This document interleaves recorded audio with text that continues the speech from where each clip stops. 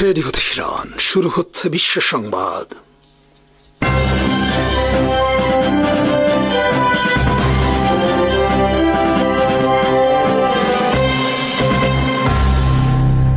শুরুতেই সংবাদ শিরোনাম।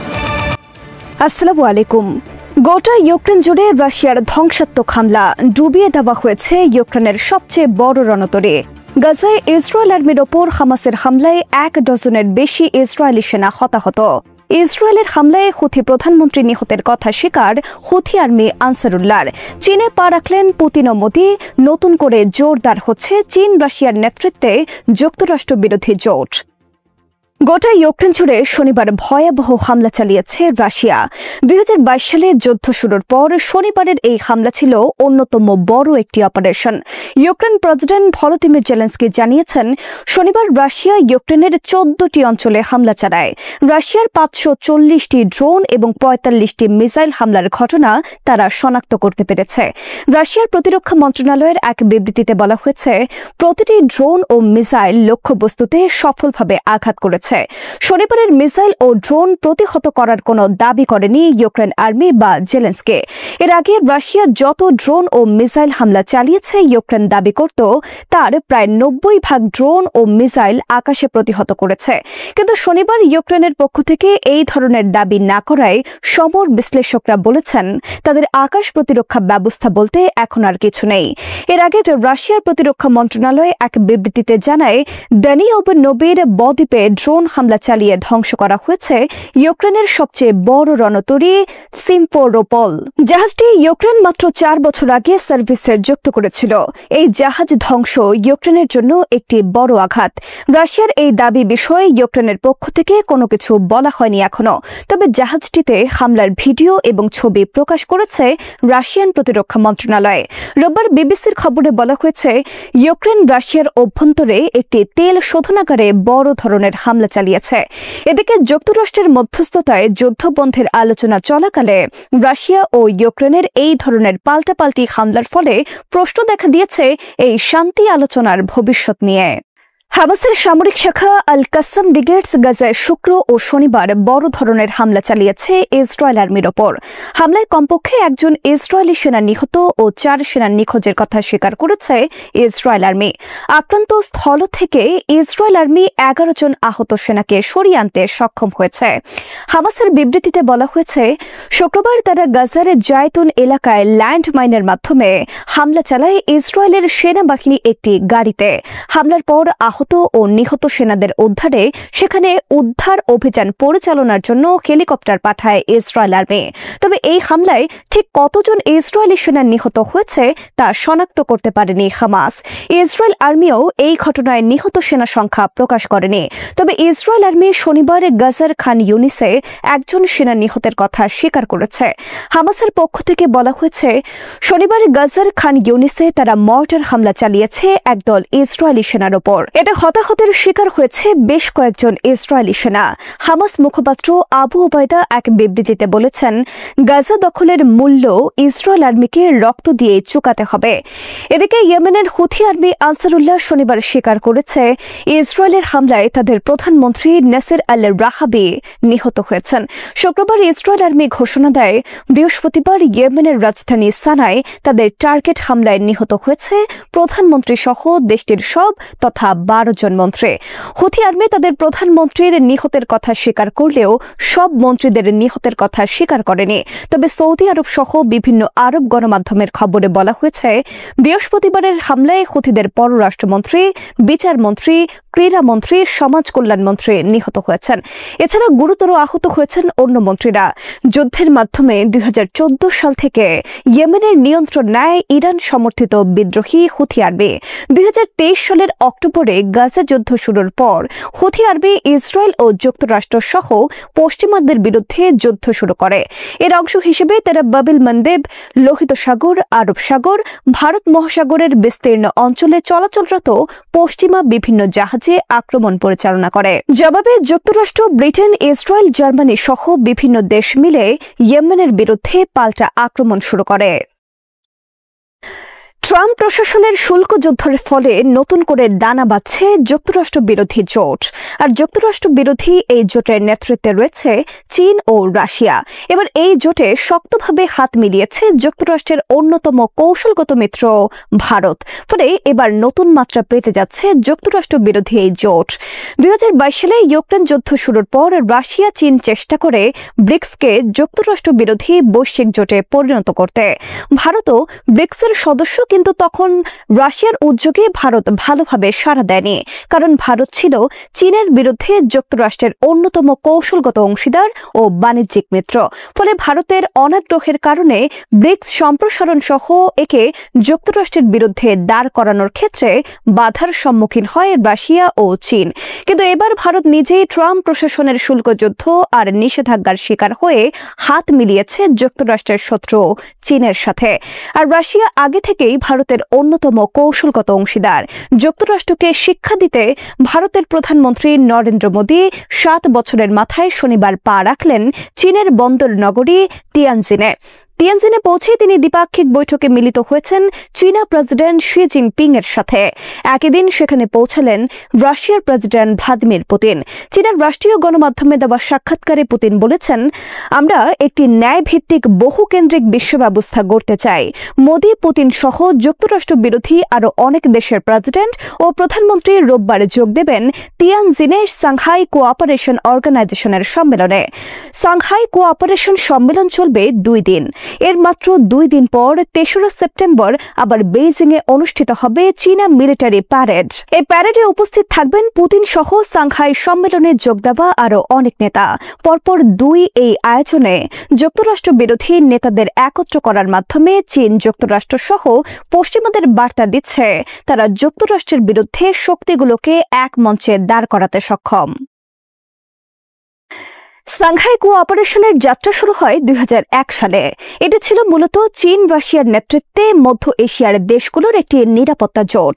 শুরুতে চীন রাশিয়ার সাথে এর সদস্য ছিল উজবেকিস্তান, কিরগিজস্তান, তাজিকিস্তান ও কাজাখস্তান। এসব দেশের সাথে পরবর্তীতে সদস্য হিসেবে যোগ দেয় ভারত, ইরান, পাকিস্তান এবং বেলারুশ। তবে সদস্য দেশের বাইরেও আফ্রিকা এবং মধ্যপ্রাচ্য থেকে বিভিন্ন দেশের নেতৃবৃন্দ যোগ দেবেন সম্মেলনে। চীন রাশিয়ার নেতৃত্বে যুক্তরাষ্ট্র বিরোধী জোট নিয়ে বর্তমানে নতুন করে আলোচনার মূলে রয়েছে ভারতের অবস্থান বিষয়ে। চীন, রাশিয়া, ইরানের মতো ভারতও এখন যুক্তরাষ্ট্রের নিষেধাজ্ঞা কবলিত একটি দেশ। ভারতের বিরুদ্ধে ট্রাম্প প্রশাসনের নিষেধাজ্ঞা, নয়াদিল্লি ওয়াশিংটন দীর্ঘদিনের সম্পর্ক ঝড়ের গতিতে চূড়ান্ত তিক্ত আকার ধারণ করেছে। রাশিয়া থেকে তেল কেনার কারণে ট্রাম্প প্রশাসনের পক্ষ থেকে ভারতের বিরুদ্ধে 25% অতিরিক্ত শুল্ক আরোপের ঘটনায় নয়াদিল্লি ভীষণ ক্ষিপ্ত। তারা এই বিষয়ে যুক্তরাষ্ট্রের সাথে কোনো আপোষ বা সমঝোতায় না গিয়ে বরং হাত মিলিয়েছে তাদের চিরশত্রু চীনের সাথে, যে চীন যুক্তরাষ্ট্রের শত্রু। নয়াদিল্লির এই অবস্থান নিয়ে তীব্র আলোচনা সমালোচনা চলছে দেশে এবং বিদেশে। অনেক কূটনীতিক ও বিশ্লেষক বলেছেন, মোদী ও তার প্রশাসন ভারতকে নিয়ে জুয়া খেলায় মেতেছেন। এর পরিণতি হবে ভারতের জন্য ভয়াবহ। ভারতের সাবেক কূটনীতিক ও ওপি জিন্দাল গ্লোবাল ইউনিভার্সিটির প্রফেসর জিতেন্দ্রনাথ মিশ্র বিবিসিকে দেওয়া এক সাক্ষাৎকারে বলেছেন, ভারত একই সাথে এখন 2 শত্রু শিবিরে অবস্থান করছে, যা বিস্ময়কর। তারা একই সাথে যুক্তরাষ্ট্রের নেতৃত্বে চীন বিরোধী কোয়াডের সদস্য, আবার যুক্তরাষ্ট্র বিরোধী ব্রিক্স এবং সাংহাই কোঅপারেশন নামক সংস্থাগুলোরও সদস্য। জিতেন্দ্র মিশ্র মোদী প্রশাসনের এই ধরনের কূটনীতির তীব্র সমালোচনা করে বলেন, ভারত হয়তো বৃহৎ কোনো শক্তির সাথে জোট বেঁধে নিজেকে ধরে রাখার বিষয়ে আত্মবিশ্বাসী নয়। তারা চাইছে বিশ্বের অন্যান্য সুপার পাওয়ারের মতো নিজের পায়ে দাঁড়াতে এবং কারো উপর নির্ভর না করে নিজেকে আত্মমর্যাদার স্থানে নিয়ে যেতে। কিন্তু ভারতের এই আকাঙ্ক্ষা বাস্তবতার বিপরীতে অনেক বেশি, যাকে বলা যায় অতিমাত্রায় উচ্চাভিলাষ। কারণ ভারত বর্তমানে বিশ্বের 5ম বৃহৎ অর্থনীতি, এটা সত্য, কিন্তু ভারতের এই অর্থনীতির আকার মাত্র $4 ট্রিলিয়ন, যা চীন ও যুক্তরাষ্ট্রের অর্থনীতির আকারের বিপরীতে একটি ভগ্নাংশ মাত্র। চীনের অর্থনীতির আকার $18 ট্রিলিয়ন ও যুক্তরাষ্ট্রের অর্থনীতির আকার $30 ট্রিলিয়ন। স্ট্যানফোর্ড ইউনিভার্সিটির হোভার ইনস্টিটিউশনের বিশ্লেষক সুমিত গাঙ্গুলি বিবিসিকে বলেছেন, ট্রাম্প প্রশাসন আরও 3 বছর ক্ষমতায় থাকবে। এই অবস্থায় মোদি প্রশাসনের কোনো অবস্থাতেই উচিত নয় তাদের সাথে এত মাত্রায় বিরোধিতায় যাওয়া। সুমিত গাঙ্গুলি বলেন, বর্তমানে ট্রাম্প প্রশাসনের একটি ঝড় আঘাত করছে ভারতকে, এটা সঠিক, কিন্তু মোদি প্রশাসনের উচিত ছিল নীরবে এই ঝড়ের আঘাত সহ্য করা, কারণ ঝড় একসময় থেমে যায়। তাই নীরব থাকাই হতো নয়াদিল্লির জন্য সবচেয়ে ভালো কূটনীতি। কিন্তু তারা যুক্তরাষ্ট্রের বিরুদ্ধে এমন শক্তি প্রদর্শনের খেলায় নেমেছে যে শক্তি আসলে বাস্তবে তাদের নেই। যুক্তরাষ্ট্রকে শিক্ষা দিতে তারা চীনের সাথে যেভাবে হাত মিলিয়েছে তাতে ভারত যুক্তরাষ্ট্র সম্পর্ক আরও জটিল হবে। তারা মনে করছে চাপ দিলে ওয়াশিংটন হয়তো নমনীয় হবে, কিন্তু মোদি প্রশাসন ভুলে গেছে এটা বাইডেন প্রশাসন নয়। এবার ইসরায়েলের আকাশসীমা এবং সমুদ্র বন্দরে বড় ধরনের বাণিজ্যিক আঘাত হানল তুরস্ক। গাজায় চলমান বর্বরতার জন্য তুরস্ক তাদের আকাশসীমা বন্ধ করে দিয়েছে ইসরায়েলের জন্য। পাশাপাশি ইসরায়েলের কোনো জাহাজ তুরস্কে ভিড়তে পারবে না বলেও ঘোষণা দেওয়া হয়েছে। এটিকে ইসরায়েলের জন্য মারাত্মক বাণিজ্যিক আঘাত বলে মনে করছেন বিশ্লেষকরা। গাজায় চলমান যুদ্ধের প্রতিবাদে ইসরায়েলের সঙ্গে তুরস্ক সব ধরনের অর্থনৈতিক ও বাণিজ্যিক সম্পর্ক সম্পূর্ণ ছিন্ন করেছে বলে জানিয়েছে দেশটির পররাষ্ট্রমন্ত্রী হাকান ফিদান। ইসরায়েলের উড়োজাহাজের জন্য তুরস্কের আকাশসীমাও বন্ধ করে দেওয়া হয়েছে বলে জানান তিনি। শুক্রবার তুরস্কের পার্লামেন্টে গাজা বিষয়ক এক বিশেষ অধিবেশনে বক্তব্য দেওয়ার সময় পররাষ্ট্রমন্ত্রী ফিদান এসব কথা বলেন। তুর্কি পররাষ্ট্রমন্ত্রী বলেন, ইসরায়েল 2 বছর ধরে গাজায় গণহত্যা চালিয়ে আসছে ও বিশ্বের চোখের সামনে মৌলিক মানবিক মূল্যবোধ উপেক্ষা করে যাচ্ছে। গাজায় স্থায়ী যুদ্ধবিরতি প্রতিষ্ঠা এবং অবিলম্বে মানবিক সহায়তা প্রবেশের দাবি জানিয়ে তুরস্ক গত বছরের মে মাসে ইসরায়েলের সঙ্গে সরাসরি বাণিজ্যিক সম্পর্ক ছিন্ন করে। 2023 সালে 2 দেশের মধ্যে $700 কোটি বাণিজ্য হয়েছিল। গাজায় চলমান যুদ্ধ নিয়ে কোন রকম রাগঢাক ছাড়াই ইসরায়েলের সমালোচনা করছে আঙ্কারা। তুরস্কের প্রেসিডেন্ট রিসেপ তাইয়েপ এরদোয়ান গাজায় ইসরায়েলের অভিযানকে গণহত্যা বলে আখ্যা দিয়েছেন। তিনি ইসরায়েলের প্রধানমন্ত্রী বেনিয়ামিন নেতানিয়াহুকে নাৎসি জার্মান শাসক অ্যাডলফ হিটলারের সঙ্গেও তুলনা করেছেন। পররাষ্ট্রমন্ত্রী ফিদান বলেন, আমরা ইসরায়েলের সঙ্গে আমাদের বাণিজ্য সম্পূর্ণভাবে বন্ধ করে দিয়েছি। আমরা তুর্কি জাহাজগুলো ইসরায়েলি বন্দরে যেতে দিই না, তাদের উড়োজাহাজও আমাদের আকাশসীমায় প্রবেশ করতে দিই না। কয়েক বছর ধরে তুরস্ক ইসরায়েল সম্পর্কে উত্তেজনা বাড়ছে এবং 2 দেশের ক্রমবর্ধমান উত্তেজনাপূর্ণ সম্পর্কের প্রেক্ষাপটে তুরস্কের পররাষ্ট্রমন্ত্রী ইসরায়েলের নিন্দা জানিয়েছেন বলে জানান আল জাজিরার জ্যেষ্ঠ সাংবাদিক রেসুল সেরদার। বিষয়টি ব্যাখ্যা করতে গিয়ে সেরদার আরো বলেন, এটি শুধু গাজায় চলমান মানবিক সংকট নিয়েই নয়, তুরস্ক ধীরে ধীরে ইসরায়েলকে জাতীয় নিরাপত্তার জন্য হুমকি হিসেবে দেখছে। ইসরায়েলের সম্প্রসারণবাদ এবং মধ্যপ্রাচ্যে তাদের হামলাগুলো উদ্বেগের কারণ হয়ে দাঁড়িয়েছে বলেও উল্লেখ করেন রেসুল সেরদার। বিশেষ করে সিরিয়ায় ইসরায়েলের সাম্প্রতিক হামলা নিয়ে আঙ্কারার অভিযোগ, ইসরায়েল ইচ্ছাকৃতভাবে সিরিয়ার পুনর্গঠনের প্রচেষ্টা ব্যাহত করছে। দীর্ঘ 14 বছর ধরে সিরিয়ায় গৃহযুদ্ধ চলছে। গত বছরের ডিসেম্বরে আহমেদ আল শারার নেতৃত্বে দেশটির বিরোধীরা একজোট হয়ে আকস্মিক আক্রমণ চালিয়ে সিরিয়ার দীর্ঘদিনের স্বৈরশাসক বাশার আল আসাদকে ক্ষমতাচ্যুত করেন। আসাদ রাশিয়া পালিয়ে যান। এর মধ্য দিয়ে গৃহযুদ্ধেরও অবসান ঘটে। রেসুল সেরদার বলেন, আঙ্কারার কূটনীতিকদের ধারণা, যদি ইসরায়েলকে থামানো না যায়, শেষ পর্যন্ত 2 দেশ সরাসরি সামরিক সংঘাতের মুখোমুখি হতে পারে। গত সপ্তাহে তুরস্কের সংবাদ মাধ্যমগুলোর খবরে বলা হয়েছিল, ইসরায়েলের সঙ্গে সাম্প্রতিক সামুদ্রিক যান চলাচলের ওপর নিষেধাজ্ঞা আরোপ করা হয়েছে, যদিও তখন পর্যন্ত সরকারিভাবে কোনো ঘোষণা দেওয়া হয়নি। সংবাদ মাধ্যমগুলো জানিয়েছিল, ইসরায়েলি জাহাজের তুরস্কে বন্দরে ভেড়ানো নিষিদ্ধ করা হয়েছে এবং তুরস্কের পতাকাবাহী জাহাজকে ইসরায়েলের বন্দরে প্রবেশের অনুমতি দেওয়া হয় না। ভারত और चीन के संबंधों का वैश्विक शांति बहुत अहम है। মার্কিন প্রেসিডেন্ট ডোনাল্ড ট্রাম্প বছরের শুরুতে চীনের সঙ্গে বাণিজ্য যুদ্ধ আরও বাড়িয়ে দেওয়ার পর চিঠির মাধ্যমে ভারতের সঙ্গে সম্পর্ক ঠিক করার চেষ্টা করে। ব্লুমবার্গের এক প্রতিবেদনে বলা হয়েছে, চীনের প্রেসিডেন্ট শি জিনপিং ভারতের রাষ্ট্রপতি দ্রৌপদী মুর্মুকে একটি চিঠি পাঠিয়েছিলেন। ভারত তাদের সঙ্গে সম্পর্ক নতুন করে গড়তে আগ্রহী কিনা সে বিষয়ে চীন জানতে চেয়েছিল। চিঠি রাষ্ট্রপতির কাছে গেলেও তা পরে প্রধানমন্ত্রী নরেন্দ্র মোদীর কাছে পৌঁছে যায়। চিঠিতে শি জিনপিং বলেছেন, যুক্তরাষ্ট্রের সাথে ভারতের কোনো চুক্তি হলে তা চীনের স্বার্থে আঘাত হানতে পারে, তাই এই বিষয়ে কাজ করতে চীন প্রাদেশিক কর্মকর্তাদের দায়িত্ব দেবে। এরপর জুনে মোদী সরকার বিষয়টিকে গুরুত্ব দিতে শুরু করে। ওই সময় ভারত ও যুক্তরাষ্ট্রের মধ্যে শুল্ক বাড়ানোর আলোচনা চলছিল। সেই সময়ে ট্রাম্প দাবি করেন, কাশ্মীরের পেহেলগামে হামলার পর ভারত পাকিস্তানের মধ্যে যুদ্ধ বন্ধ করতে তিনি সাহায্য করেছেন। এনডিটিভির এক প্রতিবেদনে বলা হয়, ট্রাম্পের শুল্ক নীতি নিয়ে বিরক্ত ভারত ও চীন 2020 সালের সীমান্ত সংঘাত ভুলে আবার নতুন করে কথা বলার সিদ্ধান্ত নেয়। দুই দেশ পুরনো বিরোধ মিটিয়ে সম্পর্ক উন্নয়নে কাজ করবে। ইতিমধ্যে দুই দেশের মধ্যে উন্নতি দেখা যাচ্ছে। শিগগিরই সরাসরি যাত্রীবাহী ফ্লাইট চালু হবে। চীন ভারতে ইউরিয়া গ্যাস রপ্তানি সহজ করেছে। ভারতও চীনা নাগরিকদের জন্য পর্যটন ভিসা চালু করেছে, যা কয়েক বছর বন্ধ ছিল। গত মার্চে চীনা পণ্য যুক্তরাষ্ট্রের দ্বিগুণ শুল্ক বসার পর চীন ভারতকে আহ্বান জানায় একসঙ্গে ভয়ভীতিমূলক রাজনীতির বিরুদ্ধে রুখে দাঁড়ানোর জন্য। শি জিনপিং ভারতের সাথে তাদের বন্ধুত্বের ব্যাপারে বলেন, হাতি আর ড্রাগন একসঙ্গে নাচবে, এটাই সঠিক পথ।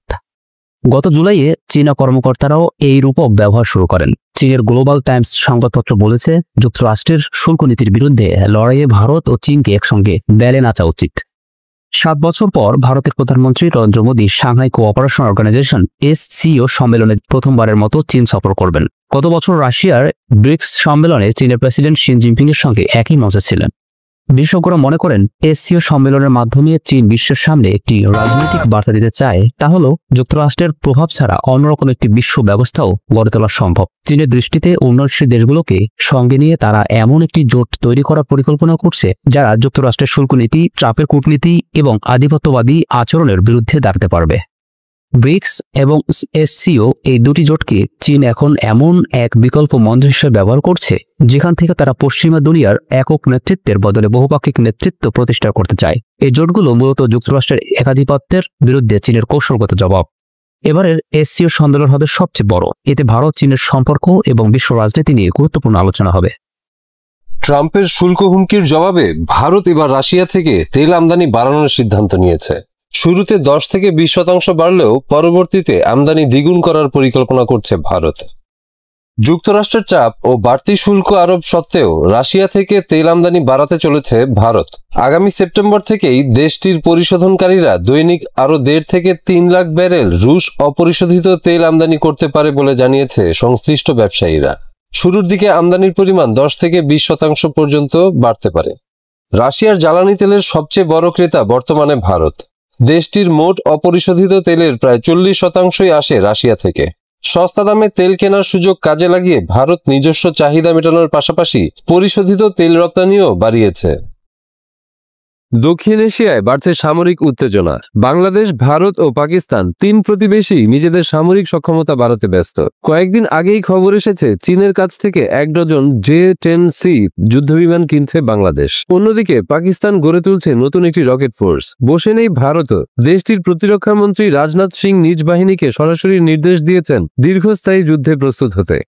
বুধবার মধ্যপ্রদেশের একটি সামরিক অনুষ্ঠানে অংশ নেন ভারতের প্রতিরক্ষা মন্ত্রী রাজনাথ সিং। সেখানে তিনি 3 বাহিনীকে দীর্ঘ যুদ্ধের প্রস্তুতির বার্তা দেন। তিনি বলেন, যুদ্ধ কবে শুরু হবে বা কতদিন চলবে তা কেউ বলতে পারে না। যুদ্ধ 2 মাস, 4 মাস কিংবা 5 বছরও দীর্ঘ হতে পারে। তাই ভারতীয় সেনাদের সবসময় সতর্ক ও প্রস্তুত থাকতে হবে। রাজনাথ সিং আরও স্পষ্ট করেন, ভারত অন্যের ভূমি দখল করতে চায় না, তবে কেউ আক্রমণ করলে নিজেদের রক্ষায় সর্বোচ্চ ত্যাগ স্বীকার করবে ভারতীয় সেনারা। ভারতের প্রতিরক্ষা মন্ত্রী বলেন, এখন আর যুদ্ধ জেতার মানদণ্ড কেবল সেনার সংখ্যা বা অস্ত্রের পরিমাণ নয়, বরং ভবিষ্যতের যুদ্ধ নিয়ন্ত্রিত হবে সাইবার যুদ্ধ, কৃত্রিম বুদ্ধিমত্তা, ড্রোন, স্যাটেলাইট ভিত্তিক নজরদারির মাধ্যমে। তিনি দাবি করেন, যে কোনো যুদ্ধে জয়ী হতে হলে এখন সবচেয়ে বড় চালিকা শক্তি হয়ে উঠছে ডেটা। অপারেশন সিঁদুর থেকে গুরুত্বপূর্ণ অভিজ্ঞতা অর্জন করেছে ভারতীয় সেনাবাহিনী বলেও উল্লেখ করেন রাজনাথ সিং। তিনি বলেন, 3 বাহিনীর সমন্বয় কতটা জরুরি সেই শিক্ষা দিয়েছে এই যুদ্ধ। দেশীয় প্রযুক্তি ও প্রতিরক্ষা সরঞ্জামের উন্নতির কথা তুলে ধরে তিনি বলেন, আত্মনির্ভরতা এখন কেবল লক্ষ্য নয়, বরং ভবিষ্যতের জন্য অপরিহার্য। এর আগে চলতি মাসের শুরুতে একই ধরনের সতর্কবার্তা দেন ভারতের সেনাপ্রধান উপেন্দ্র দ্বিবেদী। 4 আগস্ট IIT মাদ্রাজে এক বক্তব্যে তিনি বলেন, ভারত যে পরবর্তী যুদ্ধের জন্য প্রস্তুতি নিচ্ছে তা ধারণার থেকেও আগে শুরু হতে পারে, আর এটি হবে বড় ধরনের সংঘাত। তার মতে, পরবর্তী যুদ্ধে ভারতের প্রতিপক্ষ কোনো একক দেশ হবে না, বরং অন্য কোনো দেশ থেকেও শত্রুদের সহায়তা পাওয়া যাবে। এই সম্ভাবনায় ভারতের জন্য সবচেয়ে বড় দুশ্চিন্তার কারণ। এদিকে বাংলাদেশও নতুন সামরিক সক্ষমতা অর্জনে এগিয়ে যাচ্ছে। চীনের কাছ থেকে 1 ডজন আধুনিক J-10C যুদ্ধবিমান কিনছে সরকার। অন্যদিকে পাকিস্তানও বসে নেই, দেশটি নিজেদের নতুন রকেট ফোর্স গড়ে তুলছে। এর মাধ্যমে স্পষ্ট হচ্ছে 3 প্রতিবেশী রাষ্ট্রই দ্রুত নিজেদের সামরিক শক্তি বাড়াচ্ছে। বাংলাদেশ, ভারত ও পাকিস্তান, দক্ষিণ এশিয়ার এই 3 প্রতিবেশীর সামরিক প্রস্তুতি বাড়ানো নিছকই প্রতিরক্ষা কৌশল, নাকি এর পেছনে আরো বড় কোনো সংঘাতের ইঙ্গিত লুকিয়ে আছে? ভারতের প্রতিরক্ষা মন্ত্রীর ভাষণই বলে দিচ্ছে, ভবিষ্যতের যুদ্ধ আর আগের মতো হবে না। সেনা সংখ্যা বা প্রচলিত অস্ত্র নয়, বরং সাইবার, ড্রোন, AI আর ডেটাই নির্ধারণ করবে আসন্ন সংঘাতের গতিপথ। মৃত্যুর 3 দশক পর প্রিন্সেস ডায়ানার রেখে যাওয়া একটি টাইম ক্যাপসুল আবিষ্কৃত হয়েছে লন্ডনের একটি হাসপাতালে। সম্প্রতি খনন কাজের সময় হাসপাতালের ভেতর থেকে বের করে সেটি খোলা হয়েছে। নতুন শিশু ক্যান্সার সেন্টারের নির্মাণ কাজ শুরুর পর ক্যাপসুলটি খুঁজে পাওয়া যায়। এর ভেতরে ছিল 90 দশকের শুরুর সময়ে নানা স্মারক। হাসপাতাল কর্তৃপক্ষ জানায়, 1991 সালে জন্ম নেওয়া এবং তখন কর্মরত কয়েকজনের সহায়তায় বাক্সটি খোলা হয়। টাইম ক্যাপসুলটি পুঁতে রেখেছিলেন ওয়েলসের প্রিন্সেস ও Great Ormond Street Hospital for Children GOSH এর তৎকালীন সভাপতি প্রিন্সেস ডায়ানা। এটি ছিল সীসা আবৃত একটি কাঠের বাক্স, যা 1991 সালের মার্চ মাসে হাসপাতালের ভ্যারাইটি ক্লাব বিল্ডিং এর ভিত্তির নিচে মাটিতে পুঁতে রাখা হয়েছিল। প্রিন্সেস ডায়ানা 1989 থেকে 1997 সালে মৃত্যুর আগ পর্যন্ত শিশু হাসপাতালটির সভাপতি ছিলেন। তিনি প্রায়ই হাসপাতাল পরিদর্শনে আসতেন, কখনো তার 2 ছেলে উইলিয়াম ও হ্যারিকেও সঙ্গে আনতেন। শিশুদের জনপ্রিয় টিভি শো ব্লু পিটারের প্রতিযোগিতায় বিজয়ী 2 শিশু সিলভিয়া ফোক্স ও ডেভিড ওয়াটসন টাইম ক্যাপসুলে রাখার জন্য জিনিসপত্র পছন্দ করেছিল। তারা নিজেদের লেখা চিঠিও রেখেছিল ক্যাপসুলে। বাক্সে পাওয়া জিনিসগুলোর মধ্যে ছিল হাতে ধরার মতো ছোট একটা টিভি, গায়িকা কাইলি মিনোগের একটি সিডি, ইউরোপীয় একটি পাসপোর্ট, পুনর্ব্যবহারযোগ্য কাগজ, যুক্তরাষ্ট্রের কয়েন, সৌরচালিত ক্যালকুলেটর, একটি স্নোফ্লেক হলোগ্রাম, কিউ গার্ডেন্সের গাছের বীজ, দ্য টাইমস পত্রিকার একটি কপি এবং প্রিন্সেস ডায়ানার একটি ছবি। দীর্ঘদিন মাটির নিচে থাকার পরও বেশিরভাগ জিনিসই অক্ষত ছিল, যদিও কিছু জিনিস পানির সংস্পর্শে এসে হালকা ক্ষতিগ্রস্ত হয়েছে বলে জানিয়েছে হাসপাতালের আর্কাইভ টিম। টাইম ক্যাপসুলটি খনন ও উত্তোলনের কাজে যুক্ত ছিলেন GOSH এর ক্লিনিক্যাল ফেলো রোচানা রেডকার। তিনি বলেন, বাক্সটি যেদিন পুঁতে রাখা হয়েছিল সেদিনই আমার জন্ম। এমন ঐতিহাসিক মুহূর্তের অংশ হতে পেরে আমি উচ্ছ্বসিত। 1991 সালে GOSH কর্মরত জ্যানেট হোমস বলেন, বাক্সে রাখা ছোট টিভিটি দেখে তার পুরনো স্মৃতি ফিরে এসেছে। এ সময় তিনি নিজের স্বামীর জন্য এমন একটা টিভি কিনেছিলেন। হাসপাতালের স্পেস অ্যান্ড প্লেস বিভাগের প্রধান জেসন ডওসন বলেন, এটি শুধু একটি টাইম ক্যাপসুল নয়, বরং আগের প্রজন্মের স্মৃতির সঙ্গে নতুন প্রজন্মের সংযোগ তৈরির এক আবেগময় মুহূর্ত। প্রসঙ্গত, 1872 সালে ওয়েলসের তৎকালীন প্রিন্সেস আলেকজান্দ্রাও একটি টাইম ক্যাপসুল পুঁতে রেখেছিলেন, যদিও সেটি এখনো খুঁজে পাওয়া যায়নি। নতুন ভবন নির্মাণ শেষ হলে আবার একটি নতুন টাইম ক্যাপসুল পুঁতে রাখার পরিকল্পনা রয়েছে হাসপাতালটির। ভারতের কার্যকলাপে এবার আন্তর্জাতিক মহলে উদ্বেগ বেড়েছে, কেননা তারা আন্তর্জাতিক মানবাধিকার চুক্তির স্পষ্ট লঙ্ঘন করে চলেছে। ভারতের বিরুদ্ধে রোহিঙ্গা শরণার্থীদের নিয়ে ভয়াবহ অভিযোগ উঠেছে। অন্তত 40 জন রোহিঙ্গা দাবি করেছেন তাদের দিল্লি থেকে আটক করে নৌবাহিনীর জাহাজে তুলে সমুদ্রে ফেলে দেওয়া হয়েছে। এই ঘটনায় আন্তর্জাতিক মহলে তীব্র উদ্বেগ তৈরি হয়েছে। জাতিসংঘ বলেছে, এই ধরনের পদক্ষেপ রোহিঙ্গাদের জীবনকে চরম ঝুঁকিতে ফেলে দিচ্ছে। রোহিঙ্গা যুবক নুরুল আমিন জানান, তার ভাই খায়রুল সহ পরিবারের আরও 4 সদস্যকে মিয়ানমারে ফেরত পাঠানো হয়েছে। তারা বহু বছর আগে প্রাণ বাঁচাতে মিয়ানমার ছেড়েছিলেন, কিন্তু এখন আবার সে যুদ্ধ বিধ্বস্ত মাটিতেই ফিরতে হয়েছে, যেখানে প্রতিদিন চলছে সেনা জান্তা ও প্রতিরোধ যোদ্ধাদের মধ্যে সংঘর্ষ।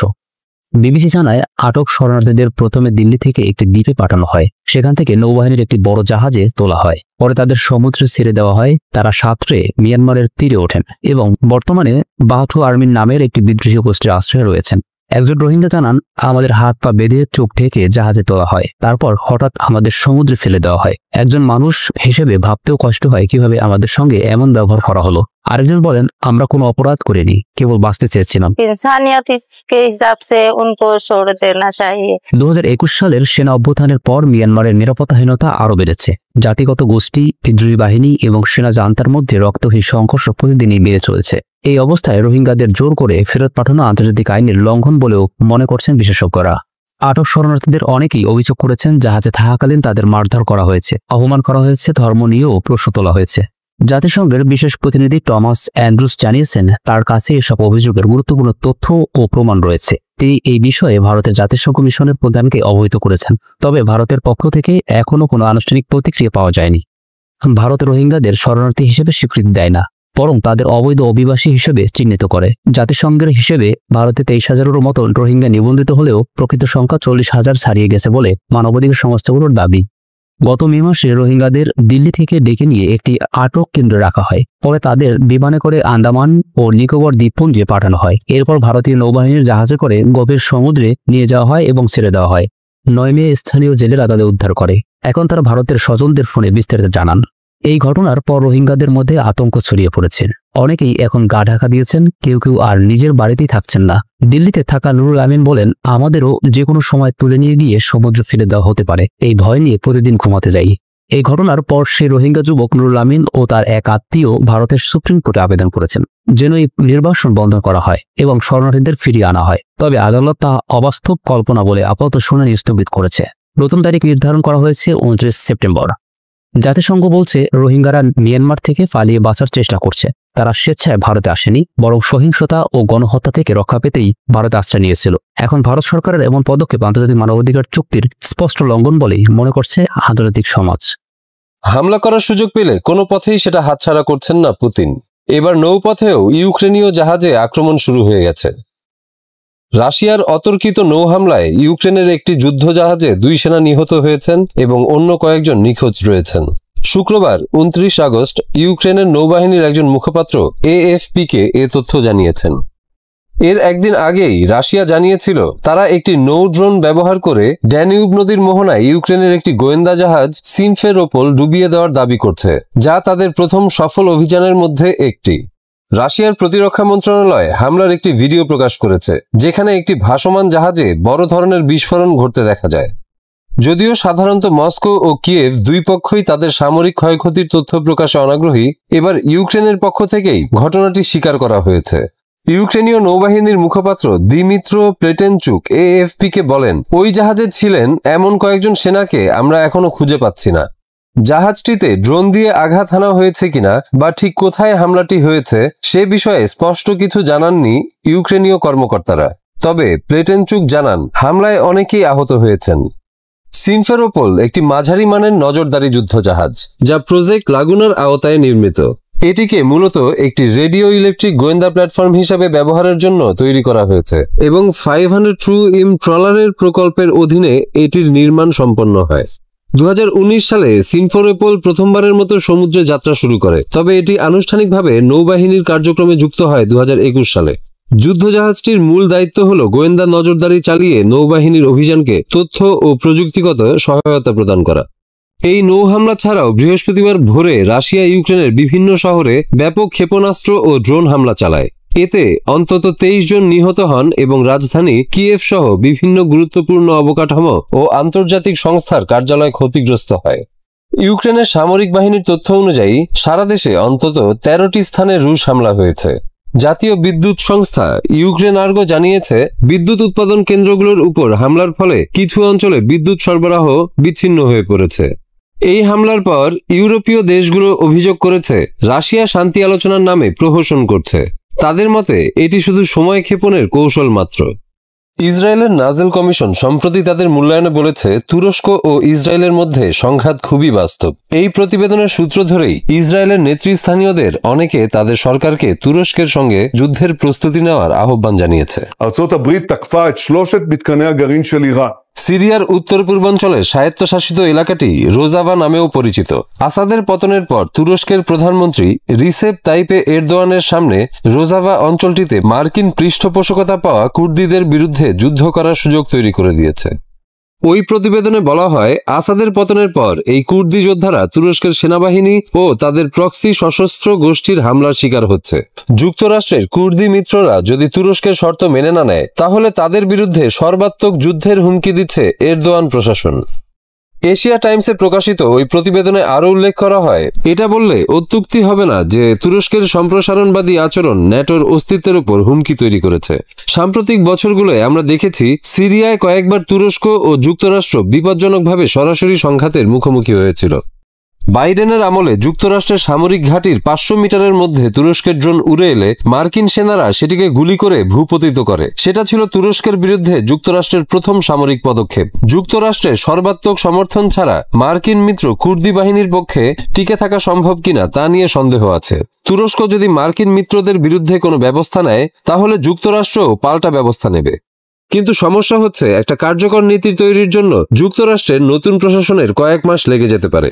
এই ফাঁকে তুরস্কের সেনাবাহিনী রোজাভাতে সর্বাত্মক আক্রমণ চালিয়ে কুর্দি বাহিনীকে আত্মসমর্পণে বাধ্য করতে পারে। এই পরিপ্রেক্ষিতে সিরিয়ান ডেমোক্রেটিক ফোর্সেসের পক্ষে ইসরায়েলের শরণাপন্ন হওয়া ছাড়া দ্বিতীয় বিকল্প নেই। প্রশ্ন হচ্ছে, নেতানিয়াহু প্রশাসন এতে কিভাবে সাড়া দেবে?